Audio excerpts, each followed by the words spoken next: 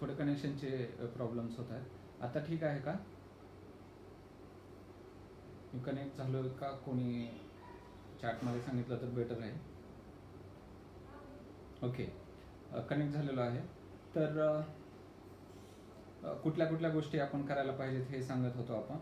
तर बेसिक ते बंद करता.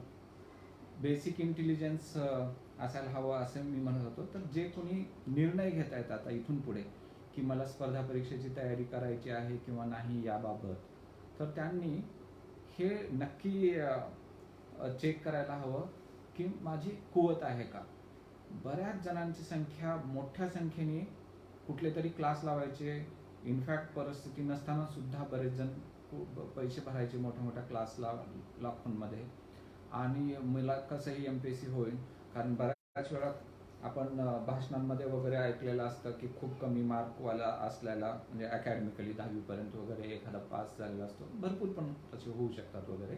पण त्यांची स्टोरी वेगळी असते. आपल्या स्ट्रेंथ आणि विकनेसेस आपण स्वतः बघा. तुम्ही किंवा तुमच्या एखाद्या मेंटरकडून, शिक्षकांकडून किंवा सिनियर्सकडून चेक करून घ्या की माझं ह्या अशी माझी परिस्थिती, माझं एज किती आहे, माझं 10वीपर्यंतचं शिक्षण काय आहे, सध्याचा अभ्यास काय आहे, माझी फायनान्शियल हेल्थ काय आहे, मी किती वेळ देऊ शकतो अभ्यासाला, मी किती वर्ष प्रिपरेशन करू शकतो. ह्या सगळ्या गोष्टींचा विचार करून त्या सिनियर्सकडून गायडन्स घ्या की मी करू की नको.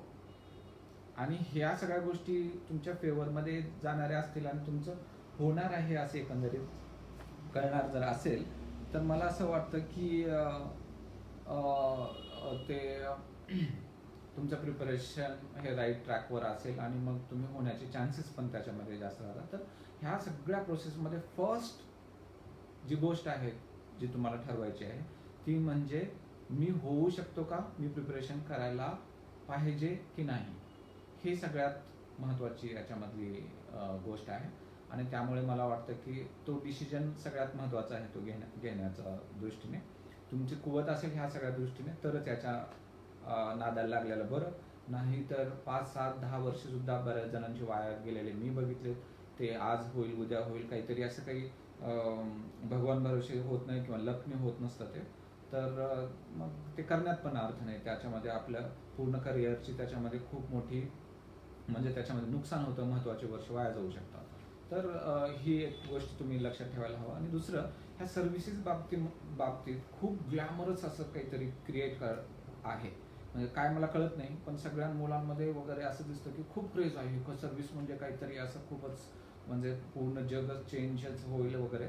तर असं काही नाही आहे की बाबा हे सिव्हिल सर्व्हिसेस किंवा स्टेट सर्व्हिसेस म्हणजे it's a bed of roses, असं काही नाही आहे. म्हणजे इथं आल्यानंतर खूप असं आनंद आणि सुखच सुख आहे असं काही नाही आहे त्याच्यामध्ये.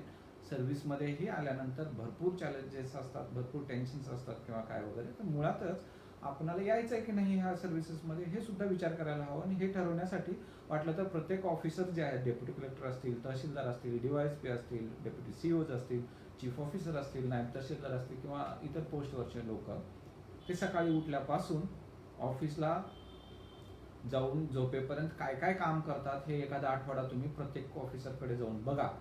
मग तुम्हाला जर वाटत असेल खरंच हे करायचं आहे मला, तर मग करण्यात अर्थ आहे.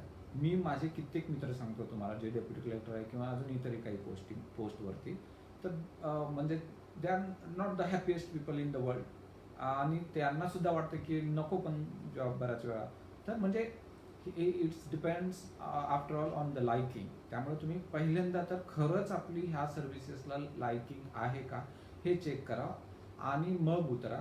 आणि जर तसं नसेल तर ह्या सर्व्हिसला खूप असं काहीतरी मोठं करून घेण्याचंही काही कारण नाही. जगामध्ये आपल्याला ह्या सर्व्हिसेस व्यतिरिक्त करिअर करण्यासारख्या खूप साऱ्या संधी आहेत मग. आणि त्यामुळे मला वाटतं की तुम्ही खरंच याची इच्छा असेल तर करा. आणि इव्हेंच्युअली एकदा करायचं ठरलं तर मात्र मग तुम्ही ते बिनधास्त करा. मग झालं म्हणजे होण्यासाठी जे काही स्टेप्स घ्यायचे आहेत, काय करायचं ते आपण बघूच आजही. आणि इव्हेंच्युअली हे सगळं प्रयत्न करून पण नाही झालं तरी काही नाही, मग दुसरं काहीतरी करायचं आहे आपल्याला अशी तयारी ठेवा मानसिक त्याच्यामध्ये. आणि म्हणून स्ट्रेसफुल पद्धतीने करण्यात वगैरे काही त्याच्यामध्ये अर्थ नाही असं मला वाटतं. ओके, आता करायचंच आहे असं जर ठरलं तर काय काय करायला पाहिजे, काय टाळायला पाहिजे ह्या गोष्टीवरती मी बोलेन. पहिल्यांदा तर याच्यामध्ये खूप काही सॅक्रिफायसेस करायला लागणार आहेत मित्रांनो. असं नाही होणार की मस्ती करत करत आपलं प्रिपरेशन चालू आहे आणि हे एकदमच मजेत होणार आहे. कारण मी बघतो प्रिपरेशन करणाऱ्या मुलांमध्ये की अभ्यासही थोडाफार करतात, मित्र पण असतात, त्यांचे बर्थडे सेलिब्रेशन चालू असतात, फंक्शन्स असतात मध्ये, याचं लग्न त्याचं लग्न, याचे हे त्या येत जात, गावाकडे जातात, गणपतीला जाऊन 15 दिवस थांबतात, दिवाळीला जातात 20 दिवस थांबतात. मग असं करण्याने होत नाही. सॅक्रिफाईस करायचं म्हणजे जर तुम्हाला खरंच करायचं असेल तर सिलेक्शन होण्यापर्यंतच्या पिरियडमध्ये 1, 2, 3 वर्ष तुम्हाला ह्या सगळ्या गोष्टींपासून दूर राहायला लागेल आणि कम्प्लीट स्विच ऑफ म्हणत नाही मी, पण मिनिमाइज करायला लागेल असे सोशल प्रोग्राम्स. हे अतिशय गरजेचं असेल.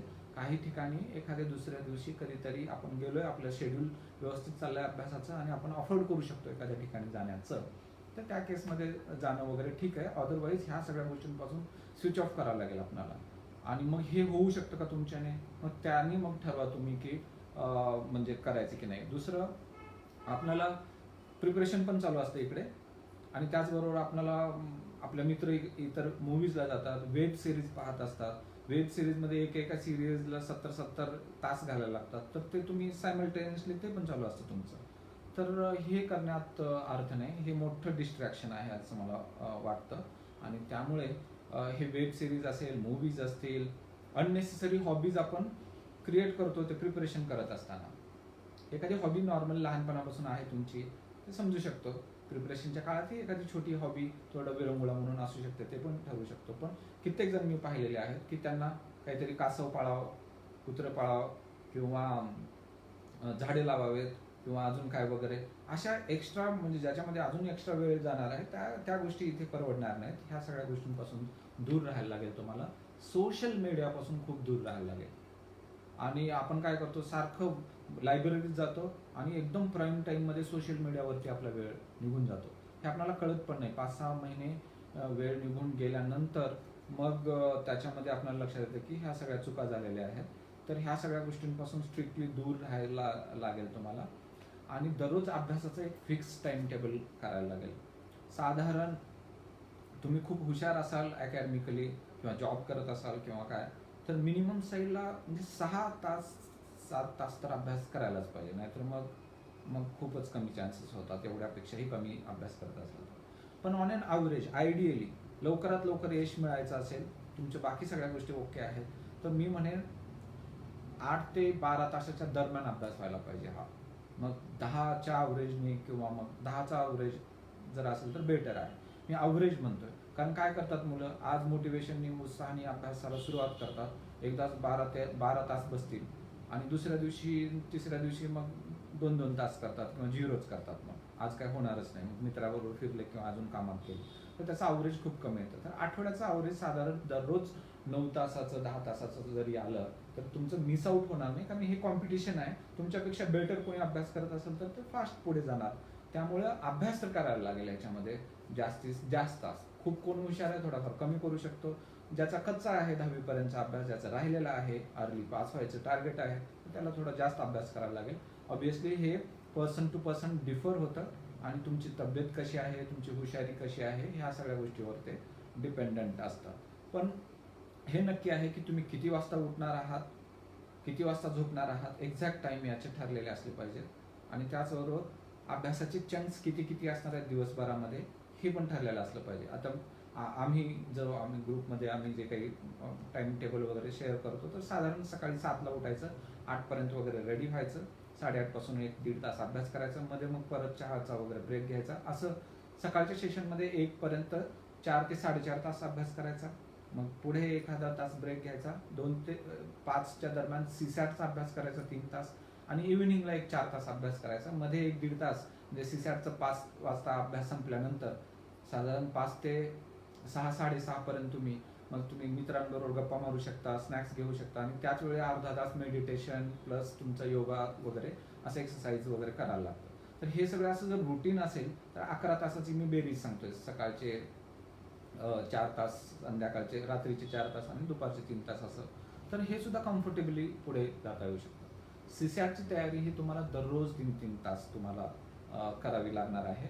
आणि त्यामुळे बाकी सकाळच्या आणि म्हणजे इव्हनिंग सेशनमध्ये तुम्हाला जनरल स्टडीजचा मग तुम्हाला अभ्यास करणं कम्फर्टेबल राहू शकतं.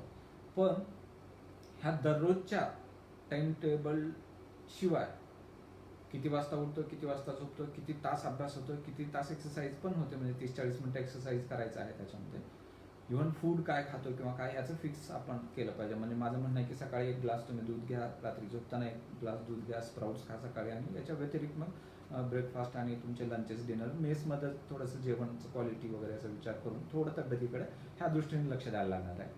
पण याच्याबरोबरच पूर्ण वर्षभराचं, 1.5 वर्षाचं तुमचं शेड्यूल कसं असणार आहे हे पण त्याच्यामध्ये फिक्स असलं पाहिजे. हे जमत नसेल करायला तर तुम्हाला एक्सपर्ट्सकडून ते करून घ्यायला हवं, की ज्याच्यामध्ये कुठले विषय मी कधी स्टडीला घेणार आहे, त्याला किती दिवस अभ्यास मी कंटिन्यू करणार आहे, म्हणजे 2 महिने, 3 महिने, 1 महिना, की कुठल्या विषयाला किती, हे आपल्याला एखादा विषय आहे त्याचा सिलेबसमध्ये वेटेज कमी आहे आणि त्याला जास्त वेळ देत बसलं असं नको व्हायला. जनरली मी बघतो हिस्ट्रीचं वेटेज जर तुम्ही पाहिलं मेन्सचं वगैरे, तर तुम्हाला लक्षात येईल की कम्पॅरेटिव्हली थोडंसं कमी आहे, पण खूप खूप जास्त वेळ आपण त्याच्यामध्ये देणं अफोर्ड करू शकतो का याचा विचार करायला हवा. बरेच मुलं ते हिस्ट्री खूप जास्त करण्यावर पण भर देतात. तर याच्यात खूप डोकं लावून आपल्याला सिलेबस पूर्ण परफेक्टली माहीत असला पाहिजे. त्याचं प्रत्येक सिलेबस नंतर किती मार्कला कुठले सब्जेक्ट्स आहेत हे माहीत असलं पाहिजे. पेपरचं करेक्ट अनालिसिस असलं पाहिजे. आणि नंतर मग कुठल्या विषयाला किती आपण एफर्ट्स देणार आहोत, कोणता विषय आपल्यासाठी अवघड आहे, कुठला सोपा आहे, किती टोटल स्कोअर करायचं ठरवलंय, त्याच्यानुसार ही बेरीज कुठल्यानी बेस्ट कॉम्बिनेशननी ही बेरीज सगळ्यात जास्त बेरीज येईल याच्या दृष्टीने करायला पाहिजे. त्याला इमोशनल म्हणून अभ्यास करायचा नाही, पूर्ण कॅल्क्युलेटेड अभ्यास करायचा, की ओव्हरऑल टोटल बेरीज सगळ्या विषयांची मिळून ही ह्या कॅल्क्युलेशननी सगळ्यात मॅक्झिमम येते. हे त्याच्यामधला मेन मुद्दा आहे आणि त्याच्यानुसार तुमचं प्लॅनिंग असलं पाहिजे. एकंदरीत प्रिपरेशन करत असताना एकदम जे नवखी मुलं आहेत तर त्यांनी सुरुवातीला तर मला वाटतं की तुम्ही प्रिपरेटरी स्टेज असते, म्हणजे उदाहरणार्थ एन्शियंट आणि मेडिवल हिस्ट्रीचा अभ्यास सुरू करायचं ठरवलंय, तर त्यामध्ये लगेच एखादं मोठं बुक घेतलं आणि वाचायला सुरुवात केलं आणि तुम्ही जस्ट ग्रॅज्युएट झालेले आहात किंवा आणि बरेच जण मुलं आता ग्रॅज्युएशनच्या अगोदरच तयारी करतायत, तर त्यांना ते जड जाऊ शकतं, कळणारच नाही. किंवा पॉलिटी फॉर एक्झाम्पल, लक्ष्मीकांतचं बुक घेतला, सगळेजण लक्ष्मीकांत सांगतात, मी लक्ष्मीकांत रेफर केलं, मी झालो, तर तुम्ही लक्ष्मीकांतचं रेफर करायला सुरुवात केली तर कळणार नाही काय त्याच्यामध्ये. म्हणून एक प्रिपरेटरी स्टेज असते मोठं बुक घेण्याच्या अगोदर, एक स्मॉल आणि छोटंसंच बुक जे पिक्चर्स आहेत आणि सिम्पल त्याच्यामध्ये त्या विषयाची आयडिया येऊन जाऊ शकते असं. तर कसे असतात असे विषय, तर सपोज तुम्हाला लक्ष्मीकांतमधून पॉलिटी करायचं आहे पूर्ण, तर हे लक्ष्मीकांतला हात लावण्या अगोदर तुमचे स्टेट बोर्डचे जे 10वी, 11वी, 12वीचे किंवा कुठलंही एक पुस्तक त्याच्यामधलं 11वीचं किंवा 12वीचं पॉलिटिकल सायन्सचं तुम्ही ते पुस्तक घेतला तर त्याच्यामध्ये सगळ्या गोष्टी सिंपल पद्धतीने सांगितलेल्या असतात. त्या मराठीमध्ये पण मिळतं, इंग्लिशमध्ये पण मिळतं, लँग्वेजचा पण त्याच्यामध्ये काही प्रॉब्लेम राहणार नाही.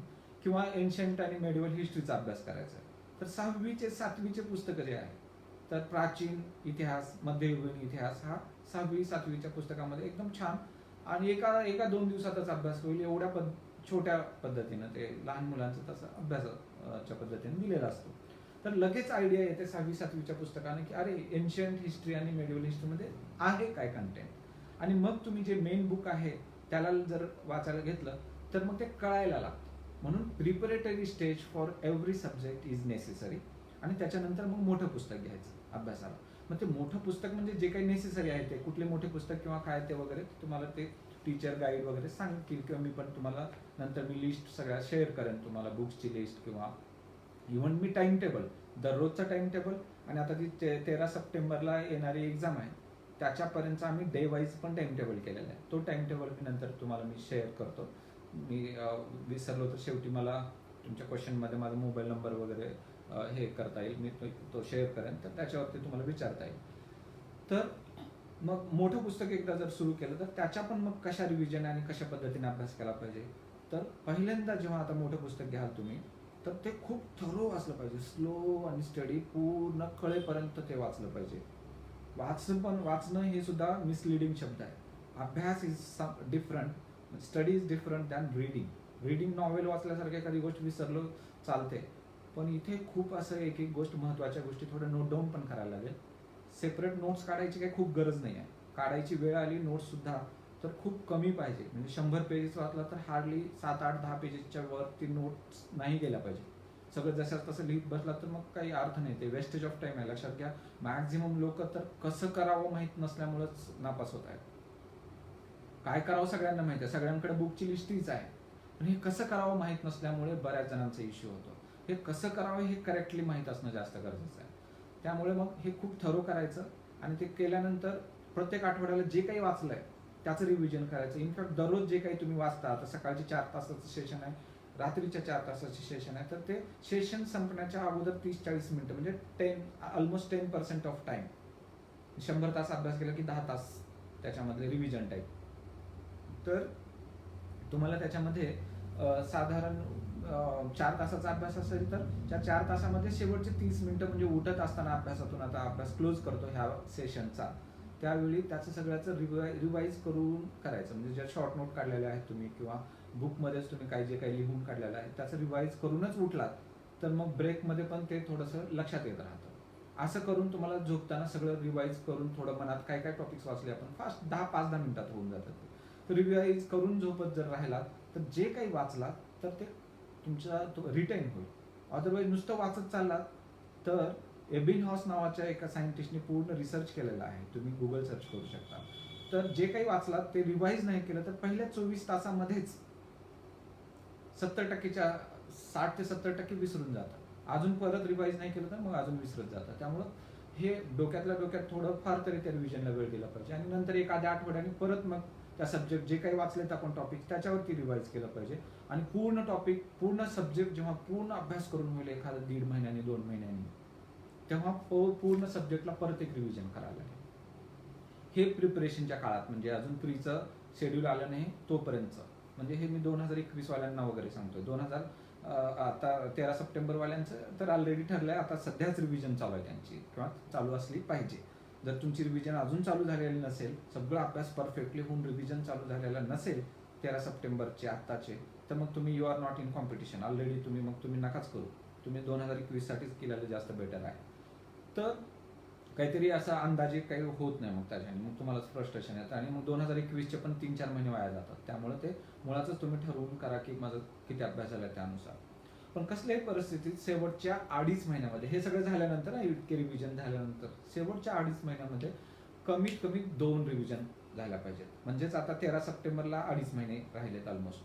तर आता इथून 2 रिव्हिजन प्लॅन पाहिजे. एक रिव्हिजन म्हणजे एका सब्जेक्टला किमान 1 आठवडा दिला पाहिजे. म्हणजे जॉग्राफीला 1 आठवडा, पॉलिटीला 1 आठवडा, इकॉनॉमिक्सला 1 आठवडा, एन्शियंट मेडिवल हिस्ट्रीला वेगळा आठवडा, मॉडर्न इंडियन हिस्ट्रीला वेगळा आठवडा. सिलॅब दररोज 3 तास हे चालूच ठेवावं लागेल सारखं तुम्हाला पेपर सॉल्व्ह करत वगैरे. आणि हे 1 आठवडा दिल्यानंतर शेवटच्या 15 दिवसामध्ये, हे 2 महिन्यात मग संपतं सगळं. शेवटच्या 15 दिवसामध्ये मग एका सब्जेक्टला 1 दिवस पूर्ण रिव्हिजनचा परत द्यावं लागेल आणि शेवटच्या 2-3 दिवसामध्ये परत मग 3 सब्जेक्ट एका दिवशी करायची वेळ येते. म्हणजे ते फास्ट चालून बघायला लागतं आणि त्याच्यासाठी मायक्रो नोट्स काढत राहायला पाहिजे. खूपच मायक्रो आपण, म्हणजे सगळ्या विषयाचे मिळून एकच दिवसात सगळे रिव्हिजन होईल असं अल्टिमेट तुमचं एम पाहिजे. तरच हे जे काही केलं ते कव्हर होतं आणि मगच मग पुढे ते त्याच्यामध्ये सक्सेस मिळतं. मी तुमचे चॅटमध्ये काही क्वेश्चन्स वगैरे असतील तर आता सध्या मी पाहत नाही आहे, कारण मला जे मुद्दे मांडायचे ते अगोदर मी बोलतो आणि इव्हेंच्युअली मी त्या काही तिथे मी नंतर मग शेवटी क्वेश्चन्स वगैरे घेईन. शक्यतो क्वेश्चन्स तुमचे सगळे आन्सर्स होतील मला वाटतं माझ्या टॉकमधून. तर लक्षात आलं का मी काय म्हणालो? कोणीही कुठल्याही स्टेजला असं अभ्यासाचं तर इतके रिव्हिजन्स जर झाले ना अशा पद्धतीने होत असतील तरच पास होणार आहे. मग असं असतं की इतके बुक्स आहेत, इतके रिव्हिजन होणारच नाहीत एका वर्षामध्ये, तर मग एका वर्षामध्ये पास पण नाही होणार. तुम्हाला जर तेवढ्या फास्ट लर्नर आहात तुम्ही आणि हे इतके रिव्हिजन इतक्या दिवसात होत असतील तरच पास होण्याची शक्यता पण आहे. मग सर मला इतकं जरी बुक्स रेफर करायचे आहेत आणि अशा पद्धतीनं करून परफेक्टली करून रिवाईज करायला मला 2 वर्ष लागतील, तर मग 2 वर्षच लागणार किंवा 3 लागतील तर 3 लागतील. मग पहिल्या वेळेचं तुम्ही ॲपियर होण्याच्या अगोदर तुम्ही केवळ ॲपियर व्हायचं जर ठरवलं तर काय होत नाही. तुम्ही कधी ते जत्रेमध्ये वगैरे जाऊन फुगे फोडायचा प्रयत्न करायला असेल बंदुकीने, तर केवळ खूप सारे फुगे दिसत आहेत आणि मी बंदुकीने मारलो फटाफट तर 2-4 असेच फुटतील तर नसतं फुटत. ते एकाला बरोबर टार्गेट करायला लागतं फोकस करून तर ते होतं. तसं हे आहे. खूप सारे अटेम्प्ट दिले तर कुठला तरी असंच पास होईल असं नाही. उलट 2 वर्ष जर नीट केलं तर बेस तयार होईल आणि पुढच्या अटेम्प्टमध्ये एखाद्या दुसऱ्या कोणत्या तरी पास होण्याची शक्यता वाढते. 100% तर ते गॅरंटी तशी देता येत नाही. पण जर तुम्ही हे असे 2 वर्ष परफेक्टली बेसिक पासून सगळं असे रिव्हिजन करण्याचा प्लॅन नाही केला तर 5-7 वर्ष पण जाऊ शकतात आणि कदाचित रिझल्ट मग नाही पण येणार. हुशार मुलांचं बघितलं मी तुम्हाला. फर्स्ट क्रायटेरिया सांगितलं की हुशार असलं पाहिजे, पण अतिहुशार मुलांचं हे पण बघितलं की त्यांना एकाच वर्षात होण्यासाठी हॅपॅझर्ड पद्धतीने सगळंच काहीतरी वाचायचं, रिव्हिजन नाही काय नाही, हे बुक वाचायचं ते बुक वाचायचं ते बुक वाचायचं, तर त्याच्याने काही होत नाही. त्याच्याने सगळ्या क्वेश्चनचे आन्सर्स येत नाही. उगच आपल्याला नॉलेज वाढल्यासारखी फिलिंग येते, आपण डिबेट करत फिरत असतो त्याच्यामध्ये आणि त्याच्याने काही रिझल्ट येत नाही. तर मग हुशार नापास होण्याचं कारण म्हणजे हेच आहे, लक्षात घ्या.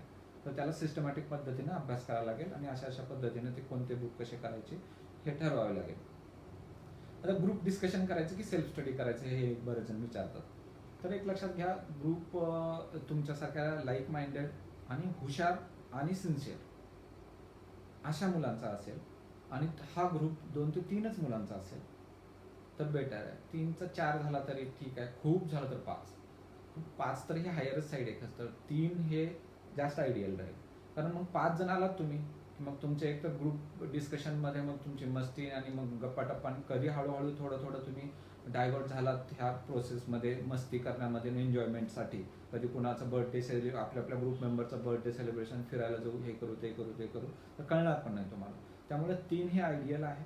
आणि ते पण खूप असं स्ट्रिक्टली ठरवून असलं पाहिजे की आपण म्हणजे शक्यतो अभ्यासाशिवाय काय कुठल्या गोष्टी करणार नाही. मॅक्झिमम मुलांचं मी बघतो अशा पिरियडमध्ये गॉसिप करण्यामध्ये, एकमेकांच्या विरोधात बोलण्यात, एकमेकांचे उणे काढण्यात पण वेळ जातो. लायब्ररीच्या वगैरे मध्ये तयारी करताना ह्या गोष्टी एवढ्या छोट्या आहेत, एवढ्या कमी महत्त्वाच्या असतात आपल्या करिअरमध्ये, तरी आपण त्याच्यामध्ये एंगेज होतो. आपण त्याचं दुःख करून घेतो, वाईट वाटून घेतो किंवा काय वगैरे. मला असं वाटतं की ह्या सगळ्या गोष्टींपासून तुम्हाला ठरवून दूर राहायला लागेल आणि फक्त एक अभ्यास करण्यावर जर भर दिला तर जग कोण काय कशावर काय म्हणत राहतं, रिॲक्ट करत राहतं, याचं काही म्हणजे हे राहत नाही. इव्हेंच्युअली तुमचा रिझल्ट जर येण्यासारखी कंडिशन लागली तर सगळ्या गोष्टी तुमच्या फेवरमध्ये पण द्यायला लागतात. तर म्हणून छोटासाच ग्रुप राहावा तर त्याचा फायदा होतो, ही एक गोष्ट. दुसरं असे पण आहे की कोणी ग्रुप नकोच, मला एकट्याला अभ्यास करायची सवय आहे, परफेक्टली माझं वेळ वगैरे जात नाही त्याच्यामध्ये, असं असू शकतं. तर ते पण चांगलं राहील. पण ग्रुप ॲक्टिव्हिटी तरी मग काहीतरी पाहिजे. एकतर तुम्ही कुठला असा फॉर्मल ग्रुप आहे की ज्याच्यामध्ये अशी ॲक्टिव्हिटी चालतात की जसं की टेस्ट पेपर कंडक्ट करायचा आहे, तर त्याच्यामध्ये लार्जर ग्रुप लागतो, जसं की 30, 40, 50 मुलांचा वगैरे. कारण तुम्ही 50 मुलं मिळून जर 2-2 क्वेश्चन काढले, बेस्ट क्वेश्चन, तर 100 क्वेश्चन होतात आणि वीकली बेसिसवरती टेस्ट घेणं वगैरे हे होऊ शकतं. एक लक्षात घ्या, तुम्ही टेस्ट सिरीज, क्लासेसमधल्या गोष्टी वगैरे, जसं आंधळेपणाने कुठल्या तरी एक टेस्ट सिरीज आहे चांगली म्हणून टेस्ट सिरीज लावलात तर त्याचा कमी फायदा होऊ शकतो. कसं मी सांगतो, तर तुम्ही जे शेड्यूल ठरवलेलं आहे अभ्यासाचं की ह्या दिवसात इकॉनॉमिक्स मला करायचं आहे आणि वीकेंडला मी इकॉनॉमिक्सवर मला स्वतःला टेस्ट करणार आहे की माझं किती बेटर झालंय, आणि तेव्हा टेस्ट सिरीजवाल्यांनी पॉलिटीची टेस्ट असेल तर तुमच्या शेड्यूलनुसार तर ते नसणार आहे.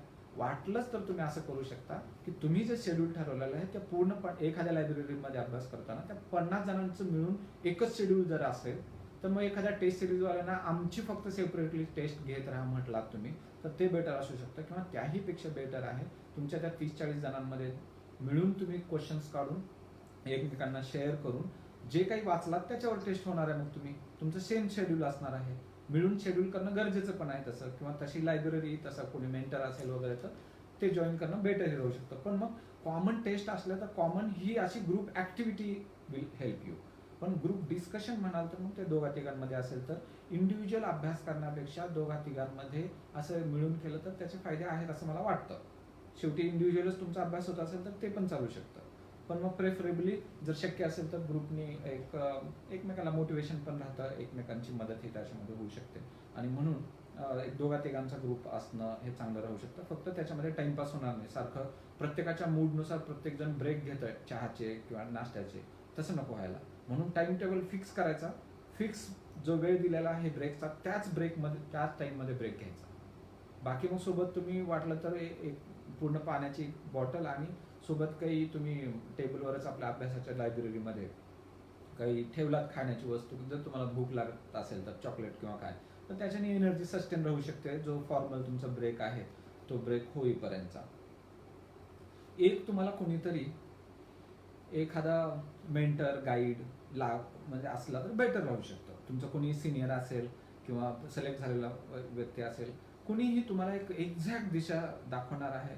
तो काहीतरी खोटं बोलणारा नाही, तो तुम्हाला खरं ते सगळे मार्ग सांगणार आहे आणि तो कुवतीचा आहे तेवढ्या, तो खरंच तेवढ्या गाईड करण्याचा कुवतीचा पण असला पाहिजे आणि पॉझिटिव्हिटी असलेला, तर त्याचा फायदा होऊ शकतो. ते हे मेंटर असणं तुम्हाला त्याचा एक फायदा होऊ शकतो. आता क्लास करावा की नाही असं पण आहे, बऱ्याच जणांचं विचारतात. हे बघा, केवळ क्लासने तर रिझल्ट येत नाही, केवळ क्लासमुळेच असं कोणीच होत नाही.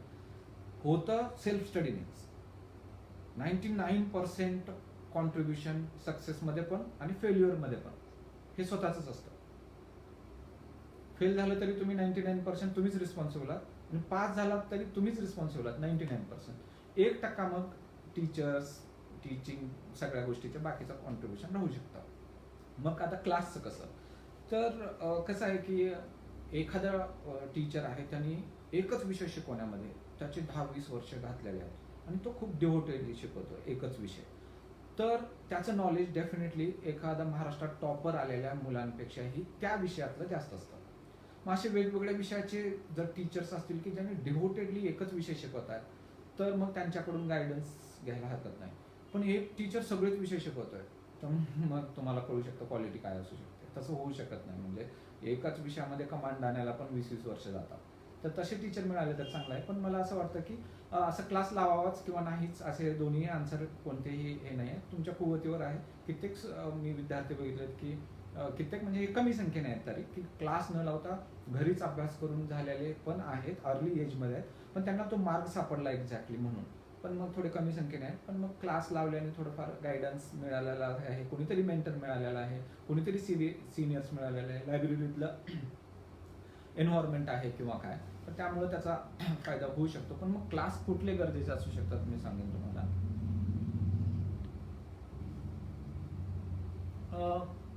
काही सब्जेक्ट आहेत की स्वतः मॅनेज होऊ शकतात जर क्वेश्चन पेपर बघितला आणि हे तर वगैरे, जसे की हिस्ट्री आहे किंवा पॉलिटी आहे वगैरे. पण मला वाटतं की मॅथ्स, रिझनिंग सारखे जर असेल सीसॅट मधला, इव्हन कॉम्प्रिहेन्शनमध्ये नॅचरली पण बऱ्याच जणांना कॉम्प्रिहेन्शन जमतं, ज्यांना जमत नाही त्याला काही टेक्निक्स पण असू शकतात.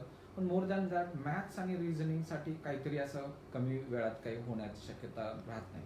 ते एखाद्या फॉर्मल टीचरकडून शिकलं तर ते जास्त बेटर राहू शकतं. की जसं की आता मला वाटतं की जर तुम्हाला 5-6 तास मिळाले तर 2 तासाचा सीसॅटचा पेपर सॉल्व्ह करायला, तर घरी कदाचित सगळेच किंवा खूप जास्त उत्तरे येतील. पण क्विक त्या 2 तासामध्येच मॅक्झिमम उत्तर यायचं जर असेल, तर मॅथ्स रिझनिंगमध्ये तुमचं परफेक्शन असेल आणि काही टेक्निक्स असतील जसं वटमार सर शिकवतात तशा, की त्या फास्ट तुम्ही करण्यासारख्या, तर त्या डेफिनेटली हेल्प होऊ शकतात. मग अशा ठिकाणी मला वाटतं की गायडन्सची गरज पडू शकते.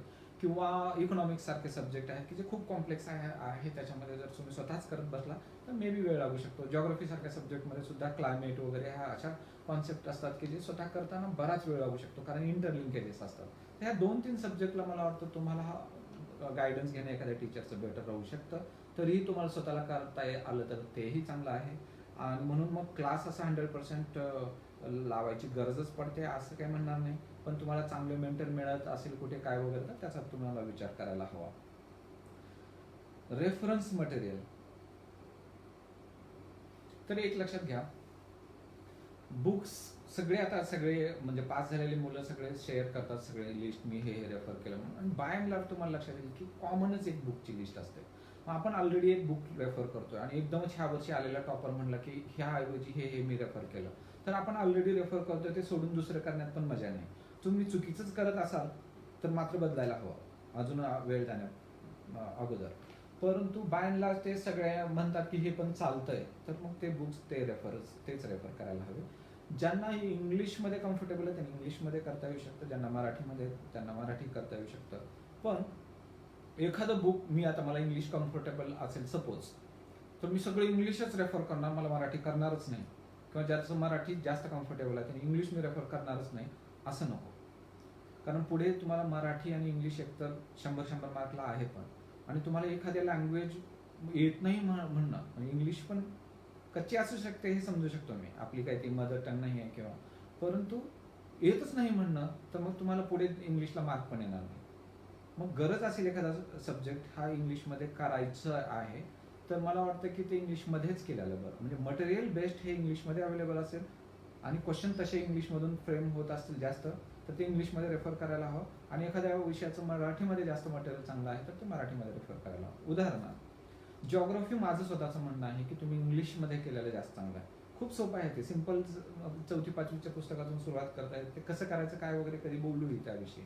पण हे इंग्लिशमध्ये केल्याचे जास्त फायदे आहेत कारण क्वेश्चन फ्रेम होताना तसे आहेत. त्याच्यावरती भरपूर चर्चा करता येईल पण ती आत्ता वेळ नाही. पण मी कन्क्लुजन सांगतो की ते इंग्लिशमध्ये करणं जास्त चांगलं आहे. इकॉनॉमिक्स आता जे काही बुक्स आपण रेफर करतो महाराष्ट्रामध्ये तर ते मराठीमध्ये जास्त चांगले आहेत. तर त्यामुळं मग ते रेफर करण्यासाठी मराठी बुक्स मग मराठीमध्येच करणं जास्त चांगलं आहे. तुम्ही जर रमेश सिंग किंवा दत्त सुंदरम असे बुक्स रेफर करतो मला कारण माझं इंग्लिश कम्फर्टेबल आहे म्हणून मी इंग्लिश बुक्स रेफर करतो म्हणाला तर ते जास्त कठीण जाईल तुम्हाला. आणि त्यापेक्षा हे मराठी बुक्स मराठीमधून करायलाही काही हरकत नाही. तुम्हाला वाटतं सुरुवातीला की लँग्वेज बॅरियर आहे, तसं नसतं. तुम्हाला कंटेंट माहीत नसतं म्हणून लँग्वेजचा प्रॉब्लेम वाटतो. कंटेंट आता मी जे बोलतोय मिक्स बोलतोय, मी इंग्लिश पण मध्ये शब्द आहेत आणि मराठी पण, तर हे कंटेंट इझिली कळण्यासारखं आहे म्हणून हे कोणत्याही भाषेत बोललं तर कळेल. पण एकदम अवघड कंटेंट असेल तर तुमच्या सोप्या भाषेत मराठीतच मी जर सायक्लॉनची थेअरी सांगायला लागली तर ते कळणार पण नाही. जर तुम्हाला ते कंटेंट माहीत नसेल तर खूप अवघड काहीतरी शब्द मी आवर्त बिवर्त म्हणायला लागलो होता आणि तुम्हाला कधी ऐकलेलं नाही, पहिल्यांदाच ऐकताय आवर्त म्हणून, तर मराठी शब्द आहे हा तर कळणार पण नाही. किंवा दुसरा शब्द आहे की एखादा इंग्लिश तो कळूही शकतो. म्हणजे लँग्वेज शुड नॉट मॅटर. पण मग मला वाटतं की सायन्स सारखा सब्जेक्ट किंवा पॉलिटी आणि जिओग्राफी हे 3 सब्जेक्ट शक्य असेल तर इंग्लिशमध्ये करा.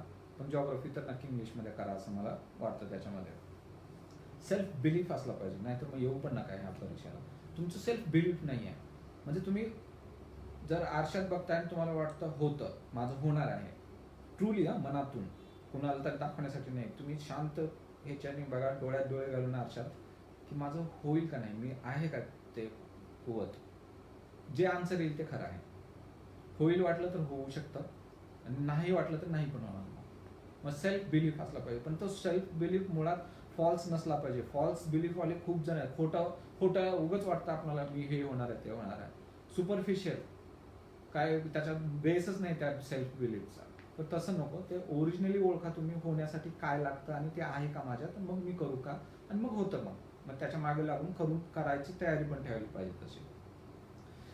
फायनान्शियल आणि फॅमिली सपोर्ट पण ह्याच्यामध्ये काय रोल प्ले करतो का, तर कसं आहे मित्रांनो, तुम्ही जर पुण्यात येऊन वगैरे प्रिपरेशन करत असाल आणि तुमची घरची परिस्थिती खूप नाजूक आहे, अतिशय नाजूक आहे, म्हणजे वडील शेती करतायत आणि फक्त शेतीवर आणि तेही खूपच नाजूक परिस्थिती असेल तर तिथले एक्सपेन्सेस जास्त असतात. ते अफोर्ड करू शकता का तुम्ही, म्हणजे राहण्याचे, खाण्याचे, ट्रॅव्हलिंग, बाकीही क्लास किंवा काय बाकी खर्च, तर हे जर अफोर्ड करू शकत असाल तरच पुण्याला येण्यात अर्थ आहे. नाही तर मग तुम्ही घरी राहूनच करायला हवं. तुमचं मोटिवेशन जर असेल ना तर घरी राहून पण होऊ शक्य आहे. पण मग थोडा फायनान्शियल सपोर्ट आहे, थोडं होऊ शकतं, 1-2 वर्ष राहू शकतो किंवा काय, तर मग तेवढेच वर्ष राहून परत पण येता येऊ शकतं. किंवा मग सपोर्ट असेल पास होईपर्यंत तुम्हाला घरच्यांकडून तर ते कंटिन्यू पण करता येऊ शकतं. किंवा 2 वर्ष थरो अभ्यास केला आणि मग घरच्यांवरचं बर्डन कमी करण्यासाठी पार्ट टाइम जॉब करत करत मग नंतर रिव्हिजनच्या वेळेला 6-6, 5-5 तास तुम्ही इनफ करू शकता. त्यामुळं मला असं वाटतं की फायनान्शियल पोझिशन काय आहे हे गृहीत धरून पण तुम्ही थोडंसं घरच्यांना तुमच्यामुळे खूप जास्त त्रास होऊ नये हे ह्या विचारानेच ते तयारी करायला हवी. कारण त्याच्यामध्ये जर खूप त्यांचा त्रास वाढत असेल तर तुमचं लक्ष पण लागणार नाही अभ्यासावर आणि इव्हेंच्युअली 2-4 वर्षांनी जर रिझल्ट नाही आला तर मात्र खूप फ्रस्ट्रेटिंग राहतं. म्हणून तुमचं डिपेंडन्स जे आहे पेरेंट्सवरचं हे थोडंसं कमी तरी करायला हवं किंवा त्यांना कमी त्रास कसा होईल किंवा स्वतःचं तरी तुम्हाला काय करता येईल का वगैरे कुठे काही, तर ते बघायला हवं. कारण तसं करता येऊ शकतं, थोडा अभ्यास करत करत काही अर्निंग करता येऊ शकते. तर ते कुठले काय वगैरे ते नंतर आपण बोलू शकतो, असं कुठली अर्निंग करता येऊ शकते किंवा काय वगैरे, तर ते ठरवता येऊ शकतं. दुसरं हेल्थ आणि तुम्हाला स्ट्रेस मॅनेजमेंट पण करायला लागेल. पूर्ण ह्या प्रोसेसमध्ये स्ट्रेसफुल सिच्युएशन असतात, आपलं होत नाही वाटतं, सुरुवातीला आपलं होत नाही वाटतं आणि हे सगळे याच्यातूनच गेलेले असतात.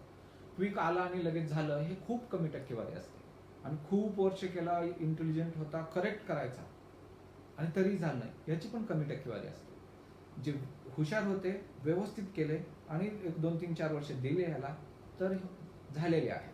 अशांची संख्या जास्त असते. दोन्ही एक्स्ट्रीमिटीज सोडून द्या, की एकदम हुशार होता, एकदम करेक्ट करायचा, इंटरव्ह्यू पर्यंत जायचा वगैरे, आणि तरीही झालं नाही शेवटपर्यंत करून पण, ह्याची खूपच कमी टक्केवारी आहे. आणि आला लगेच झालं, यांची पण कमी टक्केवारी. तर ह्या दोन्हीमध्ये गृहीत पण धरू नका तुम्हाला. मधल्या त्या बेल शेप जो कर्व असतो त्याच्यामध्ये 66% लोक असतात, तर त्याच्यानुसार माझं पण होणार आहे, हे गृहीत धरायला हवं. त्याच्यानंतर तुम्ही जर तुमचं सोशल नेचर असेल खूपच, फिरण्याचं, फॅमिली फंक्शन, ब्रेक घेणे असं, तर हे बंद करा, कम्प्लिटली बंद करा. एकदम सिरियसली त्या याच्यावरती फोकस करा. आमच्या ग्रुपमध्ये बरेच जण केस बीस कापून टक्कल करून अभ्यास करायचे. का तर ते कशालाच नको, ते मी चांगलं दिसण्यात वेळ जायला नको, ते सवरण्यात वेळ जायला नको. माझं कॉन्सन्ट्रेशन फुल्ली हे माझ्या अभ्यासावरच राहायला पाहिजे याच्याने. हे आता ऐकून कोणीतरी उत्साहाने असं केस कापू नका मेन्स झाल्यानंतर वगैरे, इंटरव्ह्यूच्या अगोदर, की जेव्हा तुमचा अचानक मग पास व्हाल मेन्स आणि पूर्ण टक्कल केलेला आहे आणि इंटरव्ह्यूला जायची वेळ आली, तर तेव्हा थोडं ठीकठाक प्रेझेंटेबल राहायला लागणार आहे. तर त्यामुळे अतिशय उत्साहाने तशाही गोष्टी करणं टाळणं बेटर राहू शकतं. मला एवढंच म्हणायचं की आपल्याला त्यावेळी एक्सटर्नल गोष्टीचा विचार नका करू तुम्ही, तर तुम्ही डायरेक्टली अभ्यासाशीच रिलेटेड विचार करायला हवा. सोशल मीडियावर ऍक्टिव्ह होणं तर हे अतिशय चीड येण्यासारखी गोष्ट आहे. ही गरजच नाही. तुम्ही आपले मतं व्यक्त करता, मग पार्टीज बद्दल काय, लीडर्स बद्दल किंवा अजून काय सोशल इश्यूज बद्दल आपला अभ्यास करा. बाकीच्या गोष्टी पुढे करायच्या त्या येते. तर कुठल्याही सोशल मीडियापासून एकदम मिनिमम लेवलला, आता काही गोष्टीचा इंटरनेटचा यूज, व्हॉट्सअपचा यूज हा फायद्यासाठी होतो. आजचं आपलं कॉन्व्हर्सेशनच याच्यामुळं होत आहे. त्यामुळं इथपर्यंत की जे फक्त आणि फक्त आपल्याला युजफुल असणार आहे तिथपर्यंतच ते ठीक आहे, अदरवाईज ते तुम्ही टाळू शकता. करंट अफेअर्सचं प्रिपरेशनच्या बाबतीत ही खूप अतिशय महत्त्वाची गोष्ट सांगतो मी तुम्हाला.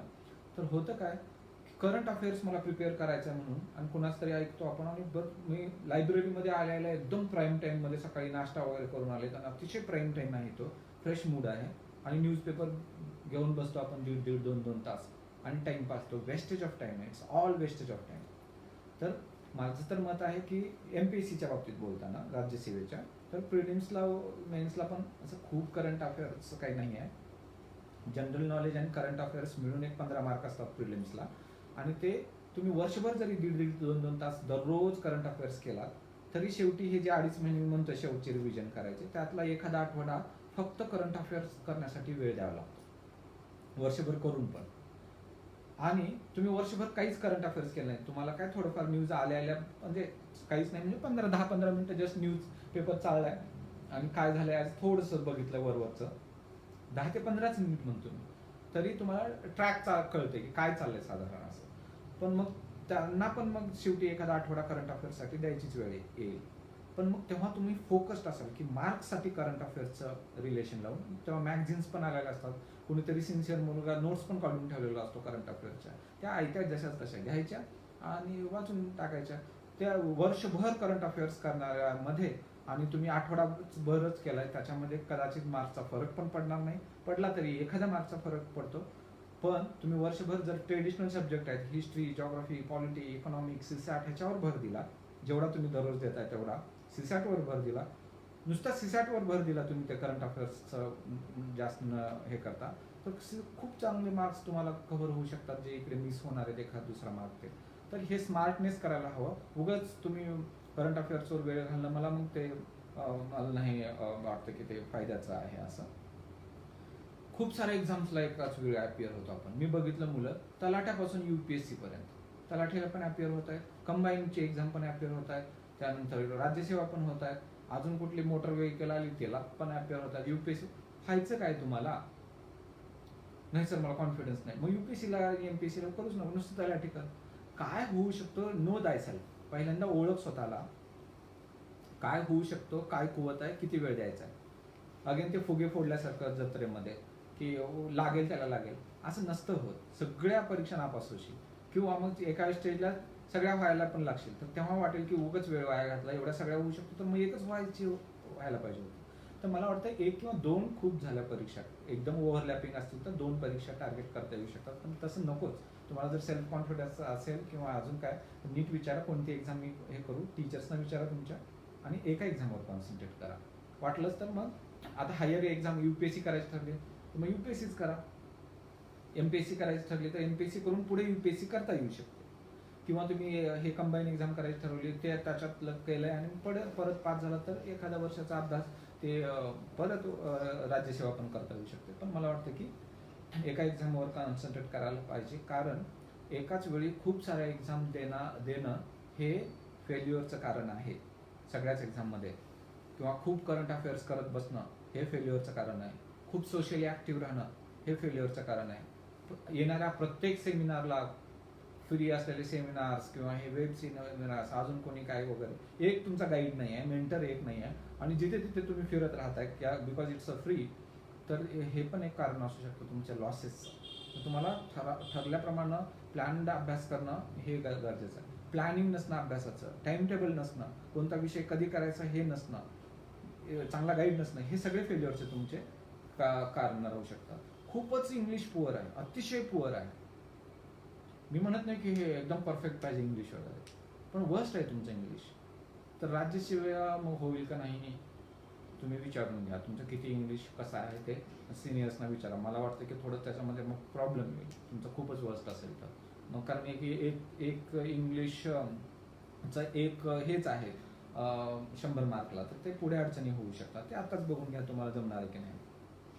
ओके, रिझल्ट डिक्लेअर होईपर्यंत मग तुम्ही प्री दिलात, कित्येकदा मेन्स दिलात, कित्येकदा इंटरव्ह्यू पण दिलात, आणि मग आपण सारखं एक परीक्षा दिलं की डिक्लेअर होण्याच्या अगोदरच विचारत राहतो माझं काय होईल. आपलं बॉन्ड्रीवर असतं स्कोअर, किंवा हायर असलं तरी सारखं त्या गॉसिपमध्ये MPSCचं काय होईल, कधी येतात. मला पण भरपूर मेसेजेस येत राहतात वगैरे, असे कधी असणार आहे किंवा काय वगैरे. तर मला असं वाटतं की त्याच्यामध्ये तुम्ही पडत जाऊ नका, आणि फायनल तुम्हाला हवा तो जोपर्यंत रिझल्ट येत नाही तोपर्यंत अभ्यास चालूच ठेवावा लागणार आहे. बरेच मुलं जे क्लास 2 वगैरे होतात तर ते पुढे मग थोडं रिलॅक्स होतात.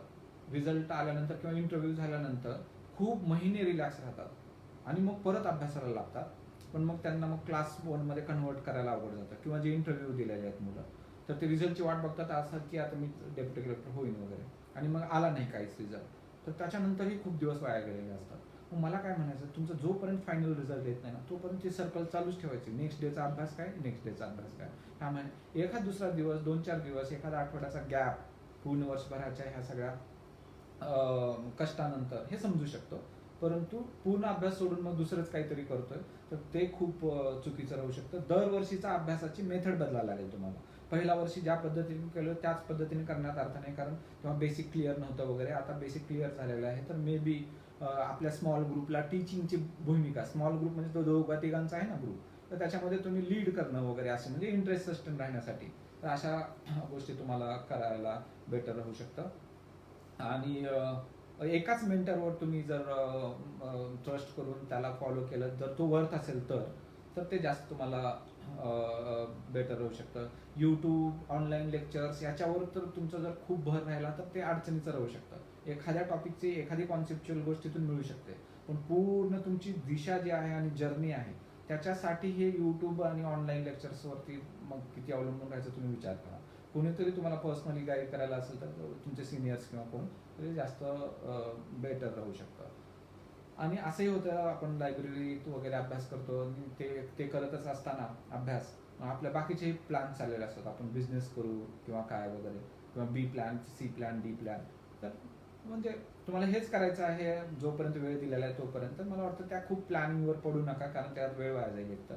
आणि बाकी बिझनेसशी रिलेटेड काहीतरी करण्याचे डोकं लावणं ते अभ्यास करता करता, किंवा फॅमिलीमध्ये सेटल होण्याचं म्हणजे पार्टनर शोधण्याचं, लग्न करण्याशी रिलेटेड वगैरे, आपल्याच लायब्ररीमधला एखादा मुलगा असतो, मुलगी असतो किंवा काय, ह्याच्यापासून दूर राहिलं तर तुमचा फायदा राहील असं मला वाटतं. But it's your all personal matter.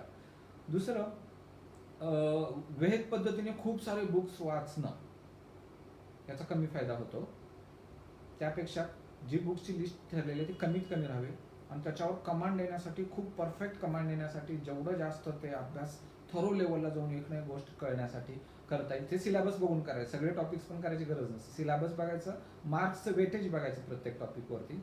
Marks सिलेबसला पण आहे हे, मार्क्स पण याला जास्त आहेत, ते पहिल्यांदा करायचे, खूप जास्त करायचे, ते खूप परफेक्ट करायचे. आणि मग नंतर प्रायोरिटी ठरवायच्या. आणि मग म्हणजेच मला म्हणायचं की खूप जास्त बुक्स रेफर नाही करायचे. हिस्ट्रीसाठी 5-6 केलेत वेगवेगळे सेम गोष्ट असेल तसं नाही करायचं. मग मे बी एखादं ह्या बुकमध्ये नसेल तर दुसऱ्या ह्याच्यामध्ये काही 4 पेजेस जेव्हराक्स करून ॲड करता येऊ शकतं किंवा त्याच्या नोट्स काढता येऊ शकतं वगैरे. तर तसं तुम्हाला ठेवावं लागेल. पण महत्त्वाचं काय की सिलेबस बघणे आणि त्याचं वेटेज बघणे की किती मार्कला कुठला सिलेबसचा पार्ट आहे आणि त्याच्यानुसार त्याचा अभ्यास करणे हे जास्त त्याच्यामध्ये महत्त्वाचं राहू शकतं. सीसॅटला दररोज जर तुम्ही 3-3 तास दिलात तर हे जास्त बेटर राहू शकतं. आणि एक्झामच्या पूर्वी एक साधारण 2 महिने 1-1.5 महिना तरी मग कुठलेच क्लास वगैरे काही न केलेलं जास्त बेटर. सेल्फ स्टडी जे काही वर्षभर केलं आहे त्याचंच रिव्हिजन, ते खरं तर आयडियली 2-2.5 महिने केलं तर अजून जास्त चांगलं, किंवा हार्डली एखाद दुसरा तास मग दररोज त्याच्यात गेला जरी काही क्लास रिलेटेड ॲक्टिव्हिटी तर मग ते ठीक आहे. पण ट्रॅव्हलिंग होते खूप आणि 4-5 तास चालले तर ते शेवटच्या 2-3 महिन्यात हे कधीच रिकमेंड करण्यासारखं हे राहत नाही. तुमचं जर क्लास होण्याचे एम असेल आणि तुम्हाला ऑलरेडी क्लास 2 मिळाले आहे तर आपण लगेच सेटल डाऊन होतो आणि मग समाधान मानतो त्याच्यामध्ये. पण मग तुम्हाला अजून एक 6 महिने अभ्यास केला असता तर क्लास 1 होण्यासारखी तुमची कुवत असेल तर हार मानू नका इथे, अजून करा. कारण कंटाळलेलो असतो आणि आता बस वाटतं जॉईन होण्यात आणि त्या मजेत आपण एन्जॉय करायला लागतो. पण होतं काय की मग ते क्लास 1ची पोस्ट शेवटी मग मिळत नाही आणि आपण मला अख्खं आयुष्य ते जी मिळाली पोस्ट त्याच्यातच करत बसायची वेळ येते. आणि मग सर्व्हिसमध्ये वाटतं की अरे अजून 6 महिने किंवा 1 वर्ष केलं असतं तर जास्त बेटर राहिलं असतं. आपण विनाकारण इकडे अडकून पडलो, आपली कुवत होती. तर कुवत असणाऱ्यांनी मला वाटतं शेवटच्या अटेम्प्टपर्यंत लढत राहणं, जॉब करत म्हणा, एक्सटेन्शन घेऊन म्हणा, कसं तुम्हाला जे कम्फर्टेबल राहील ते, पण अभ्यास न सोडणं, अजून पुढची पायरी, अजून पुढची क्लास 1 मिळाल्याने पण UPSC करण्याचं किंवा हे, तर तुमच्यासाठी हे खूप बेटर असतं. कारण ती अपॉर्च्युनिटी आहे. एकदा एज संपलं तर किती इच्छा झाली तुमची तर ते काही करता येत नाही त्याच्यामध्ये. आता मला कितीही वाटलं की मला IAS व्हायचं आहे आणि मग किती अभ्यास करायची इच्छा झाली पण होता येत नसतं कारण माझं आता मग त्या एज ग्रुपमध्ये नसतो मी.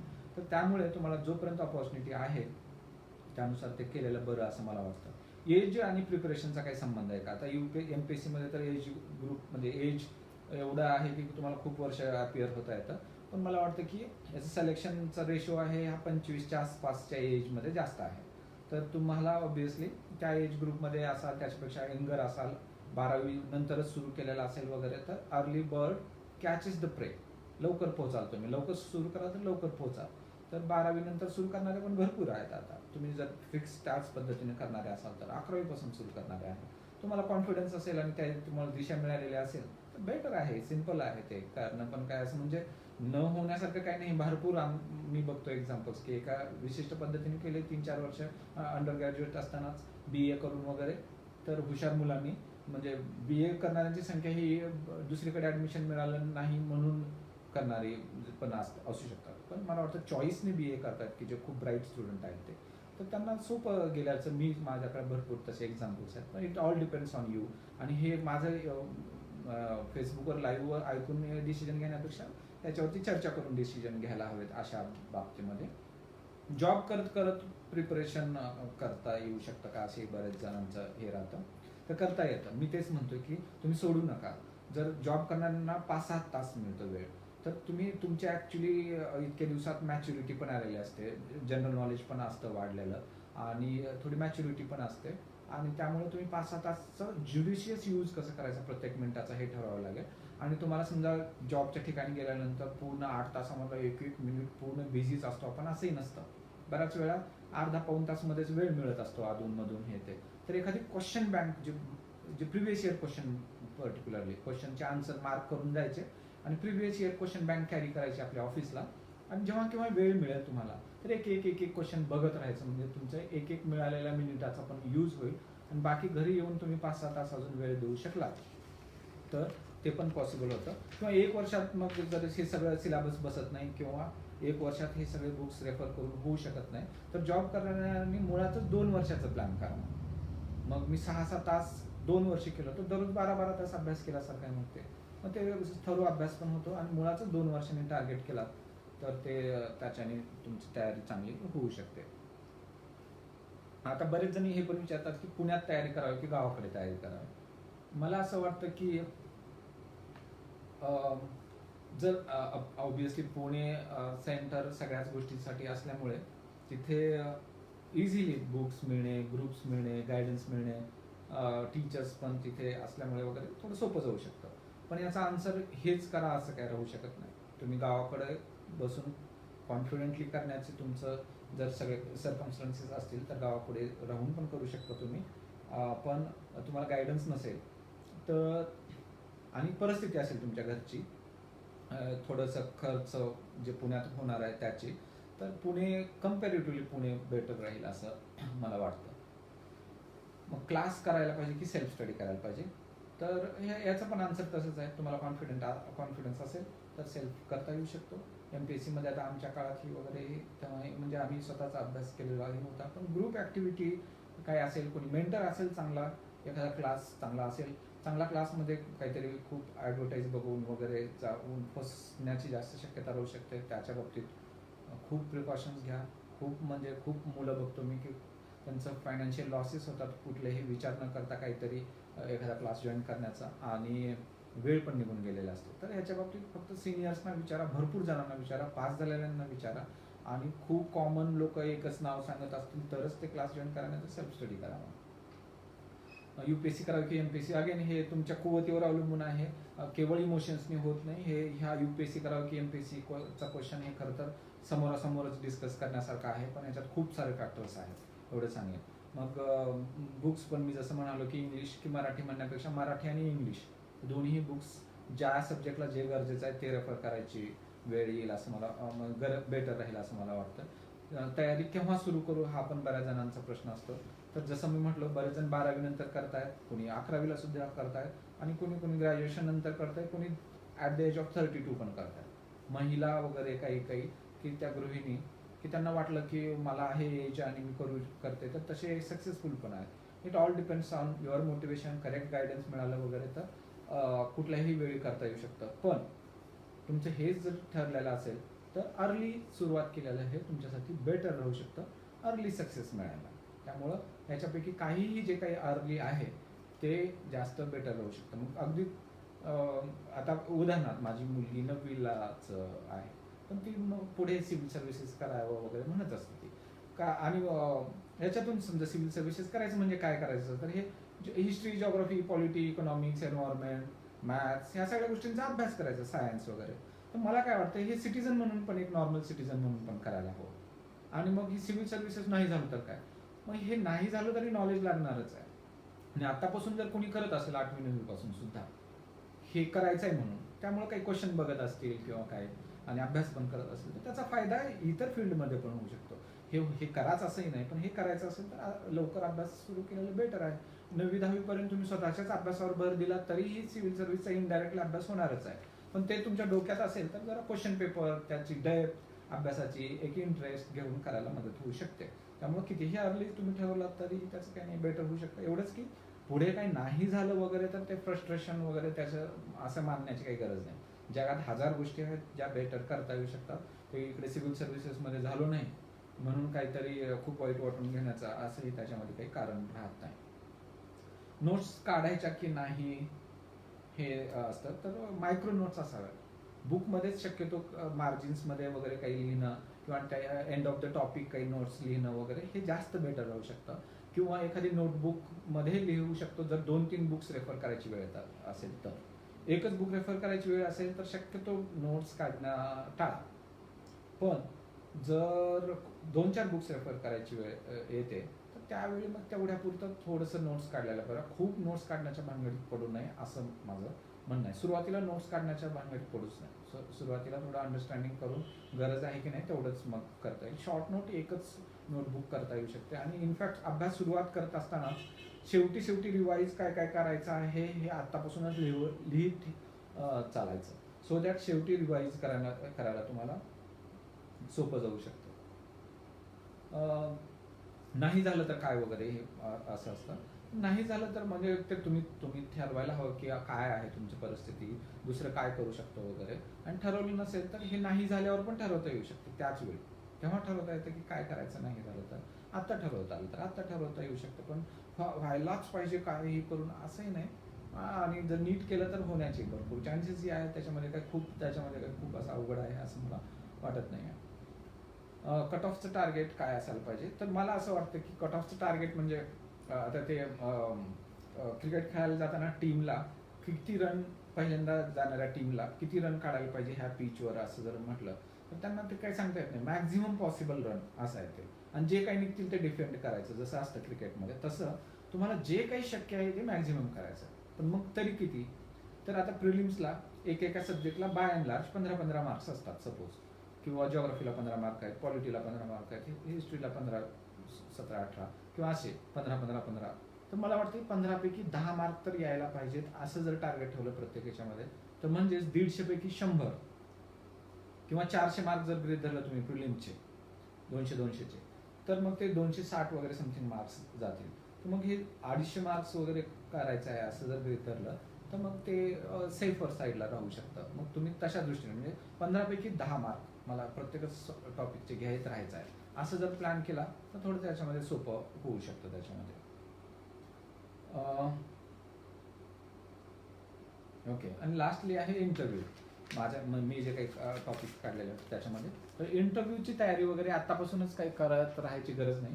तुम्हाला इंटरव्ह्यूमध्ये तुमचे पॉलिटिक्सच्या रिलेटेड थॉट्स, हिस्ट्रीशी रिलेटेड, इकॉनॉमिक्सशी रिलेटेड, जिओग्राफी, हे सगळे जर अभ्यास जेव्हा होईल तेव्हा इव्हेंच्युअली तुम्हाला आपोआपच इंटरव्ह्यूला फेस करण्यासाठी एक कंटेंट आलेला असेल. फक्त ते फाईन ट्युनिंग जे असते की कसं अपिअर व्हायचं, ड्रेस कॉम्बिनेशन काय असतात, उत्तर देताना कसं द्यायचं, बोलताना कशा पिचमध्ये बोलायचं, स्माइलिंग फेस ठेवायचा का काय वगैरे वगैरे वगैरे वगैरे गोष्टी आहेत.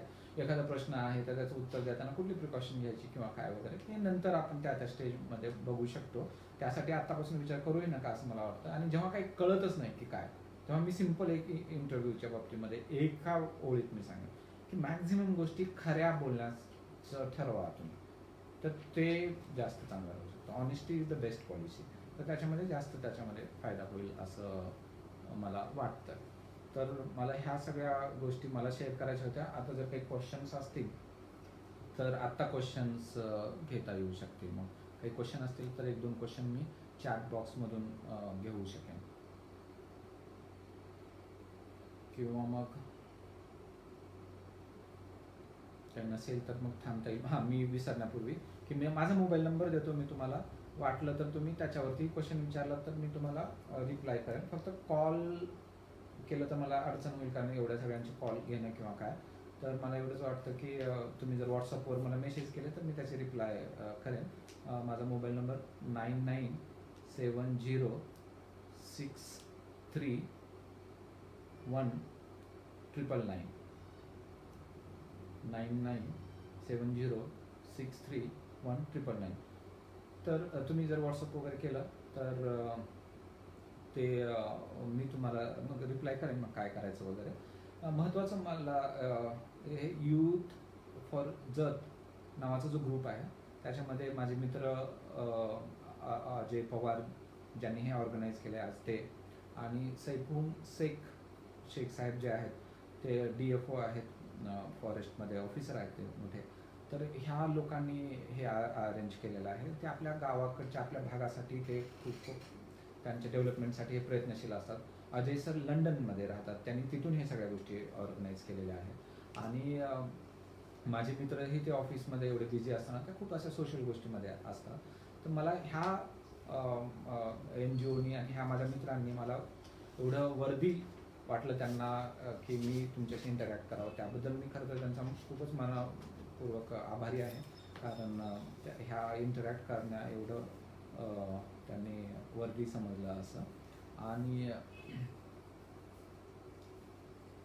काही कमेंट्स असतील तर मी 1-2 मी पाहून घेतो. 1-2 जस्ट 1 मिनिट.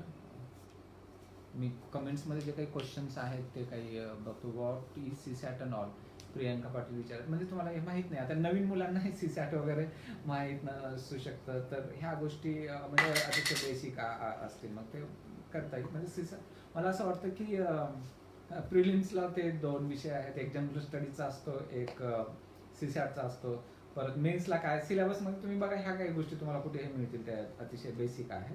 पण अजून काही बाकीचे काही क्वेश्चन्स असतील तर मग आपल्याला घेता येतील. पण ओके. काही क्वेश्चन्स अजून बऱ्याच जणांचे थँक्यू असे येतात. Book list. ओके. हां, मी जे मोबाईल नंबर दिला त्याच्यावरून बुक लिस्ट करण्याचं लॉंग लिस्ट, बुक लिस्ट आणि टाइम टेबल 13 सप्टेंबरपर्यंत ऑलमोस्ट जे डे वाईज टाइम टेबल केलेला आहे तो, दररोज कसा आपला शेड्यूल राहायला पाहिजे तो, आणि बुकची लिस्ट आम्ही जे काढलेले आहे ते, तर ती मी तुम्हाला शेअर करतो तुम्ही जर मेसेज केला तर. तर MPSC सिव्हिल म्हणजे अच्छा इंजिनिअरिंगचे वगैरे काही रिलेटेड काही क्वेश्चन असतील तर मी हे आजचं जे आहे हे टेक्निकल फील्डशी बोललेलं नाही, हे फक्त स्टेट सर्व्हिसेसच्या बाबतीत बोललो की ज्याच्यामध्ये डेप्युटी कलेक्टर, DYSP, तहसीलदार, BDOज आणि ह्या सगळ्या पोस्ट आहेत. टेक्निकल ज्या पोस्ट आहेत त्याच्यासाठी वेगळं तुम्हाला गायडन्स घेतलं जास्त बेटर आहे त्याच्यामध्ये.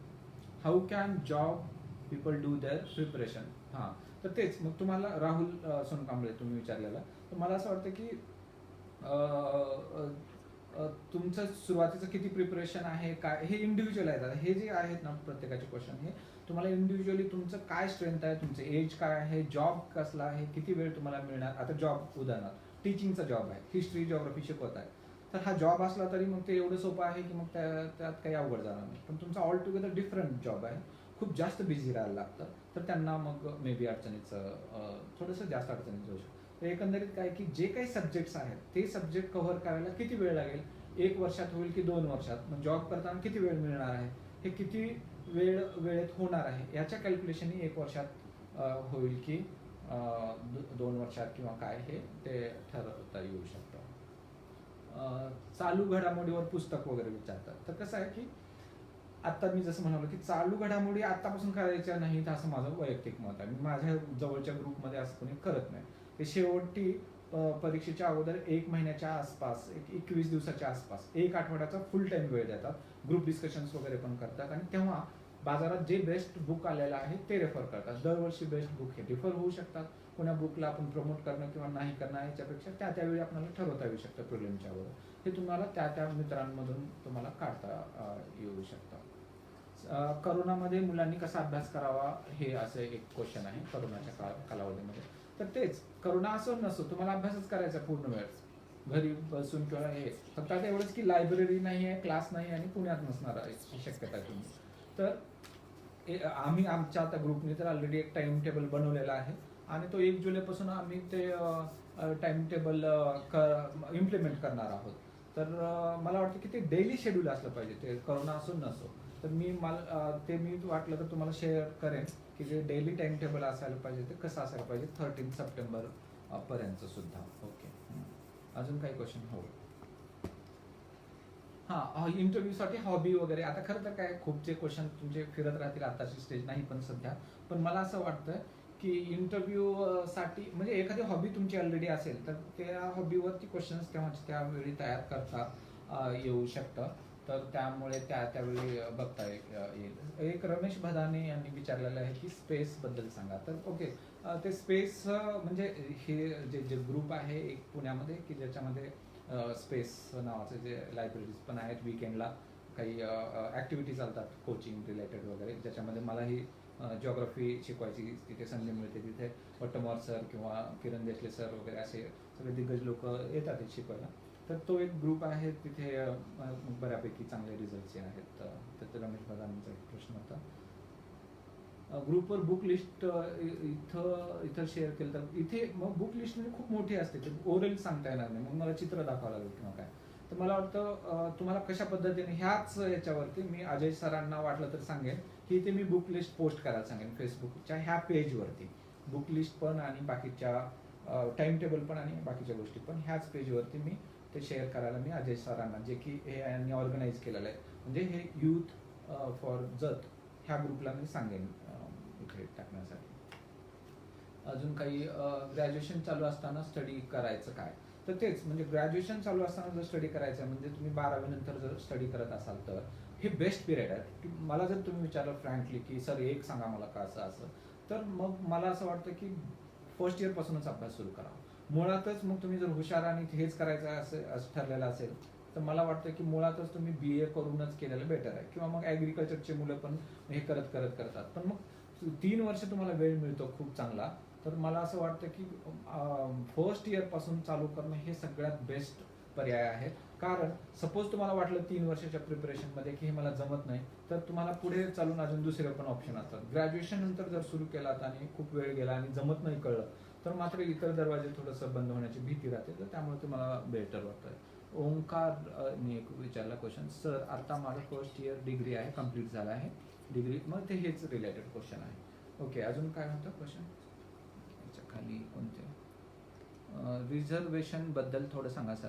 तर म्हणजे ह्या गोष्टी मला वाटतं की गव्हर्नमेंटच्या पॉलिसीशी रिलेटेड आहेत त्या, मला कशा अर्थाने विचारता कळत नाही. किंवा आता मुलींना रिझर्वेशन आहे, तर मुलींना एक फायदा आहे की 30% ऑलमोस्ट सीट्स रिझर्व असल्याने मुलींना एक एक्स्ट्रा त्याच्यामध्ये हे चांगलं राहील असं मला वाटतं. आणि पुण्यात राहण्याचा खर्च वगैरे काही जण विचारतात, तर प्रत्येकाचं डिपेंड करतं, पण एक 8-10 हजार रुपये महिन्याला खर्च येऊ शकतो त्याच्यामध्ये असं मला. ओके, तर आता मला वाटतं की ज्या महत्त्वाच्या आहेत सगळ्या गोष्टी त्या हे झाल्या असतील, ॲड्रेस झालेल्या असतील. 2020च्या प्रिलिम्सबद्दल पण काही जणांनी विचारलेलं आहे. मी काही क्वेश्चन बघतो, पण हॉबीबद्दल इंटरव्ह्यूचं सांगितलं मी थोडक्यामध्ये. ओके, मला वाटतं अजून बरेच आहेत क्वेश्चन, पण आता याच्यापेक्षा जास्त अजून वेळ म्हणजे देणं काही मला वाटतं की संयुक्तिक ठरणार नाही. तुम्ही सगळेजण आलात आणि इंटरॅक्टिव्ह सेशनमध्ये सहभागी झालात, आणि माझे मित्र सगळे यूथ फॉर जत त्यांनी हे सगळं ऑर्गनाईज केलं, त्याबद्दल मी तुमच्या सर्वांचे आभार मानतो. तुम्हाला खूप शुभेच्छा देतो आणि आज थांबतो. धन्यवाद. Thank you so much.